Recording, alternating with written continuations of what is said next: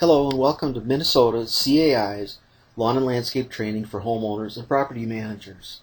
This is an 8-part series teaching you about lawn and landscape care as it applies to townhome associations here in the state of Minnesota.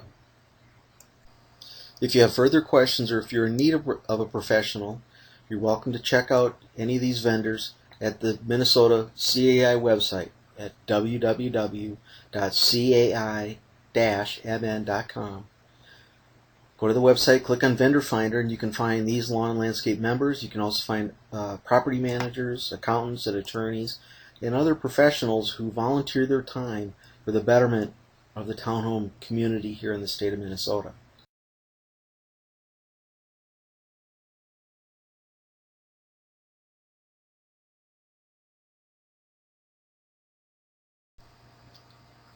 As we're talking about landscape training here today, as I said, it'll be an 8-part series. We'll start off with the spring and the winter damages, and we'll go on till we get to fall cleanup in the 8th part of the series and preparing that lawn for winter. You can come back anytime you want, get any of these sessions as you can, as you have time, and come back. If you have further questions on this series, or if you need help, you're welcome to contact me at steve@landscape.pro. It's just landscape.pro to help you with any questions.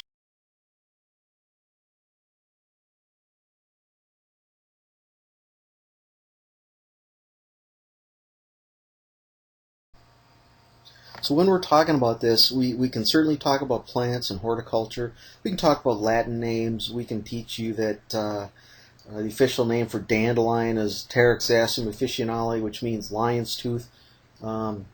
Talking about the leaves, but I don't think that's going to do anyone much good unless you have a board full of Cliff Clavins from Cheers and they love useless facts.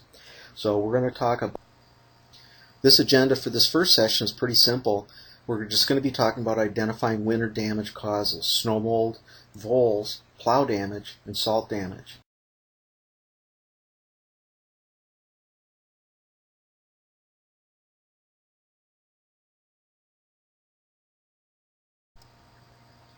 First thing to talk about is what Mother Nature left us. It was a long winter.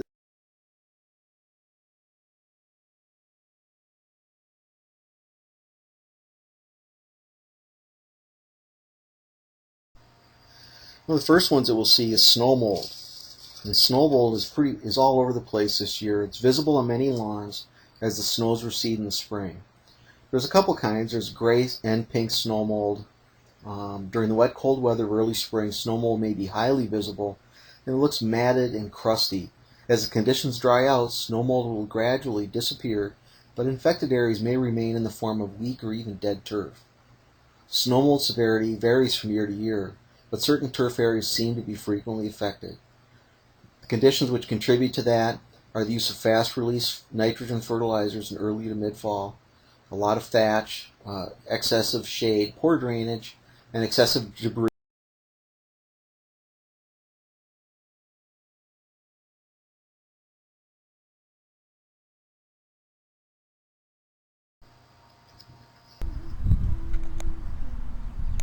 Here we're going to see more snow mold. This is going to be a lot more definitive than the last bunch we looked at.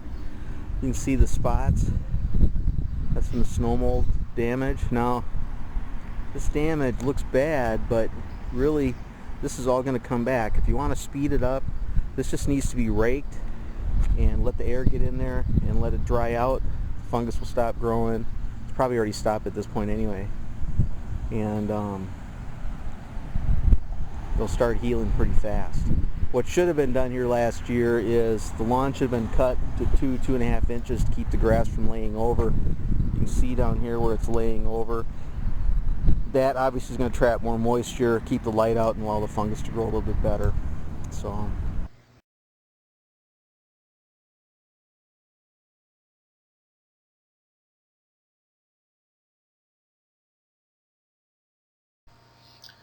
the next thing we'll see vole damage. Now I know this is a cute little guy and he looks.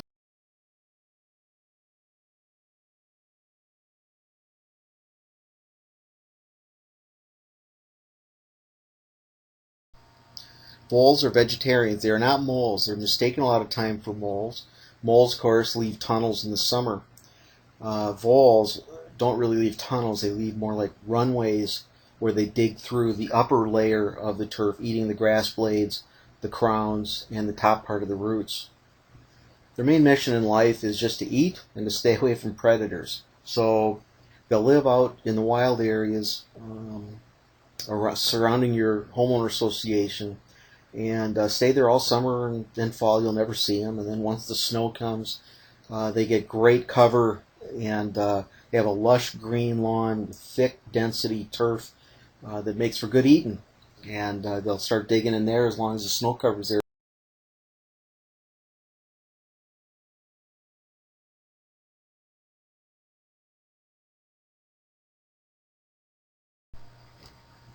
What we're trying to figure out what we're looking at here. Now what I'm showing you is a wide open lawn. This lawn was pretty well maintained last summer. It actually looked pretty good throughout the summer months, and doesn't look so good right now. Kind of natural. But what we're looking at here is looking at thin spots that need to be raked up. You see this area here, it's kind of matted down.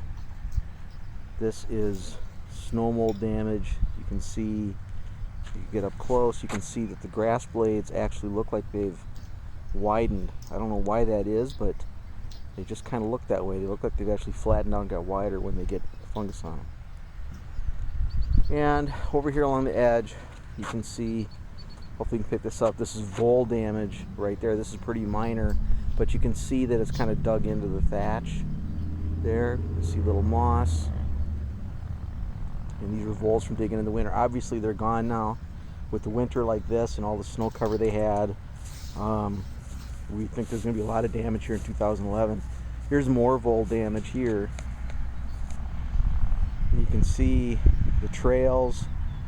You can see they've tore it up pretty good here and over here. And this could also be too from some of the snow being piled here. They might have stayed here a little bit later.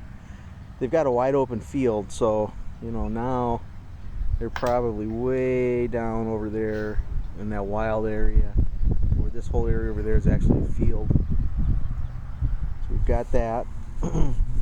Then we have more vole damage here, quite a bit.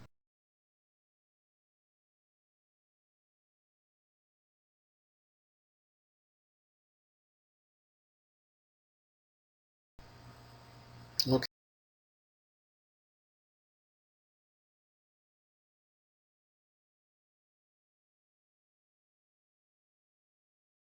A few issues there too. Of course, we had plow damage.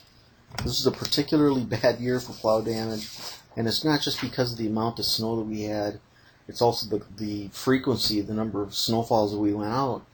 But that wasn't even the worst of it. The worst part was we got snow in mid-November the first time out, and the ground was relatively warm. And in most seasons, we get 2 to 4 inches of snow. The site is staked. They plow your driveways, do your sidewalks, and then there's a little hump of snow, maybe 6 inches to 8 inches high, that helps guide them the rest of the year. What happened this year was most of the contractors were unprepared. It's inexcusable, but there it is. 70% of the sites weren't staked in time this past season. They went out and the ground hadn't frozen yet, so they plowed. We had about 6 to 8 inches of snow, I think, on the first snowfall. They plowed. They couldn't see the edges, and they came over just like they did on this sidewalk here, and scraped up a lot of sod, areas where they shouldn't have gone. And then added to that, we also had a number of snowfalls throughout the year to add up to that 80 plus inches that we got. And then we also had more snowfall later in the year in March, where the ground had softened up again. We had to go back out and plow. And of course a lot of this was ripped up and there was sod left all over the place. And these areas here, this stuff, if it's early in the season, that sod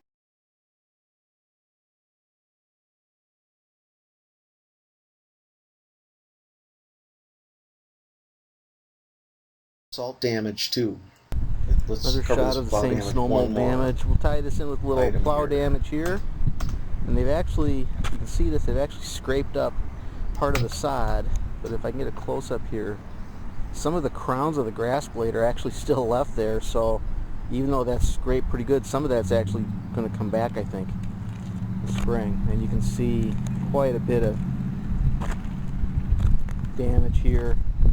And of course, we can expect a lot of broken sprinkler heads this year as well, from plows hitting them and skid loaders going over these areas too.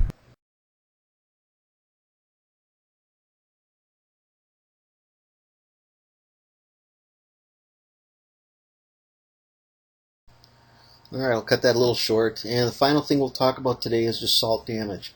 And the picture on the left, this is something I don't see very often, thank goodness, because that's a wonderful row of plants there. And what it looks like happened is that somebody took a walk-behind spreader and spread the salt along the sidewalk there, and actually must have spread those pellets or sprayed those pellets right inside of the shrubs. And that's a horrific amount of damage to those shrubs. Of course, what you might see is on the left side there, is on the left side of that sidewalk where just the grass has been killed. That's what you're more likely to see on your salt damage. And this gets a little confusing for homeowners. They don't necessarily know the difference between salt damage and plow damage. You know, in the last video clip where we showed the plow damage where the scrape was, that's the telltale sign that a lot of homeowners miss. If the yard isn't scraped at all, but there's dead white turf there, then it's salt damage. And but if it's scraped, then obviously it's plow damage. And I know it seems obvious, but you see mistakes, misunderstandings with that almost every year in almost every association. You got to figure out which is which to hold homeowners responsible for maybe putting salt down on their own sidewalks and their garage aprons. As far as your contractor goes, most contractors don't accept damage to sidewalks from salt applications, and a lot of them won't accept salt damage to even turf.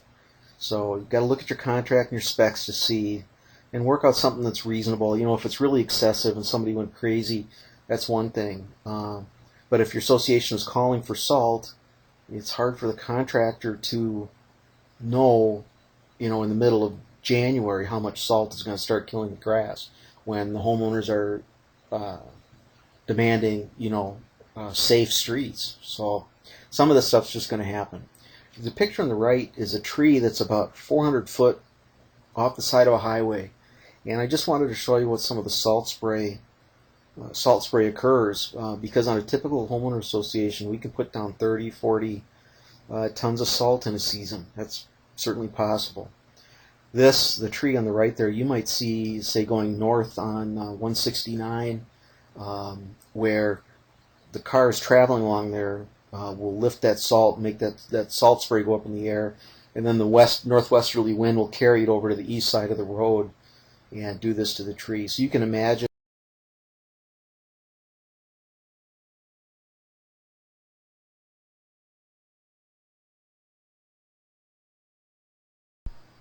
Well, that does it for the first of our series in